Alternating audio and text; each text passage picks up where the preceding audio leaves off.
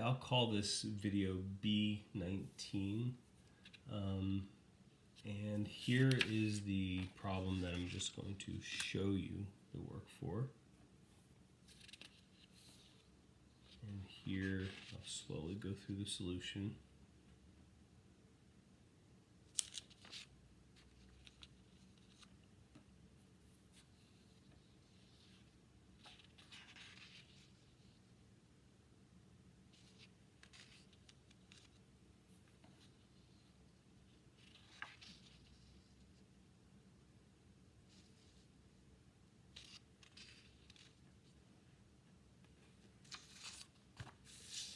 Okay, and then here is the problem that we're going to do together. And I think this is kind of a challenging problem.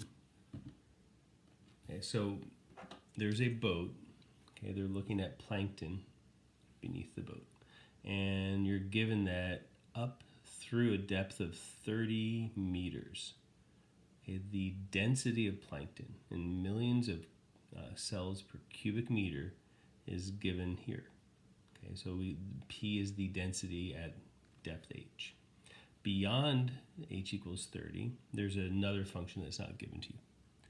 Okay, and so the first thing we have to do is find the derivative of p at 25, so in this range right here. Okay, and then the important thing is you have to interpret this. This was a calculator problem, and so finding the derivative is quite simple.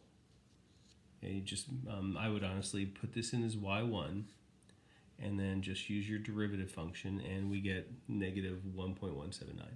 Okay, but describing, that's what they're looking for now. To the nearest, where is it? Interpret the meaning in the context of the problem. Okay, and so they're looking for a decent sentence here. And what this means is that the density of the plankton is decreasing by that many millions of cells per cubic meter per meter. So this is a rate. As you go down, okay, the density is decreasing at this rate, okay, when you are at a depth of 25 meters. Okay, so challenging to begin with. Okay, writing that sentence properly. Okay, part B. Now you're given that there's a column of water underneath you. And if you were to just take a cross-section of this column, the area of all the cross sections, no matter where you took it, would be 3 square meters. Okay, so given that, they want to know to the nearest million, so we're going to round, how many plankton cells are in this column from 0 to 30 meters. Okay, so here's another challenging part. So here's a terrible drawing of this column. Okay, and so this cross-sectional area right here is 3 square meters.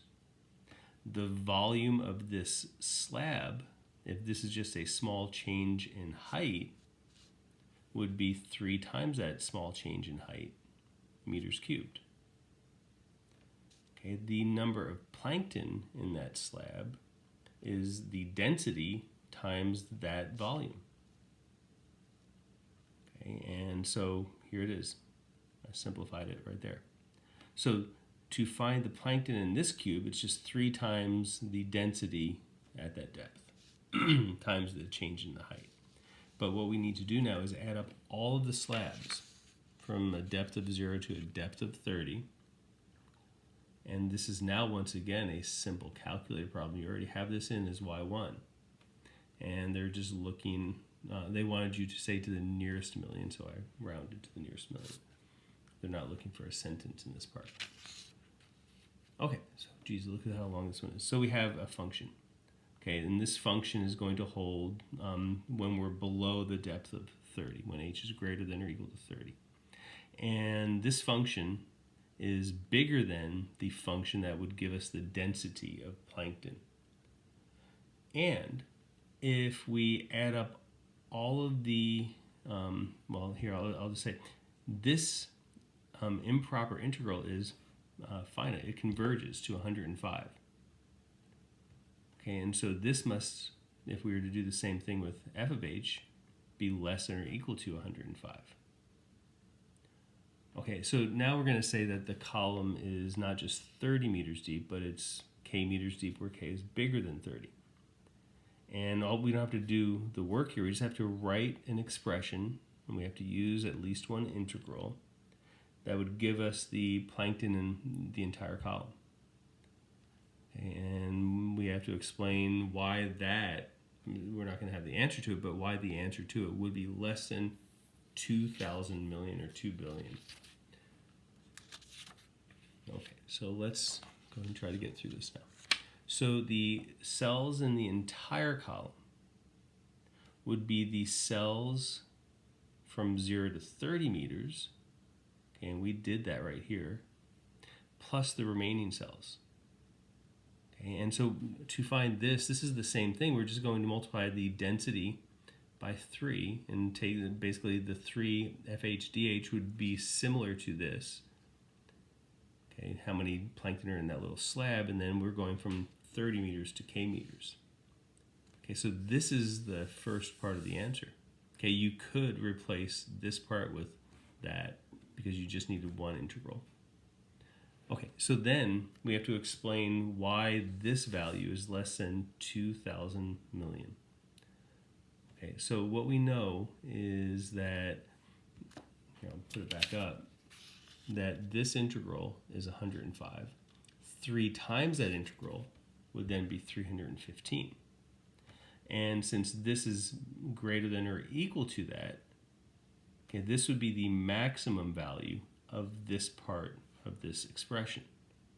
And so the maximum this expression could be would be, this is 1,675 plus that 315, which is that. So it's less than 2,000 million.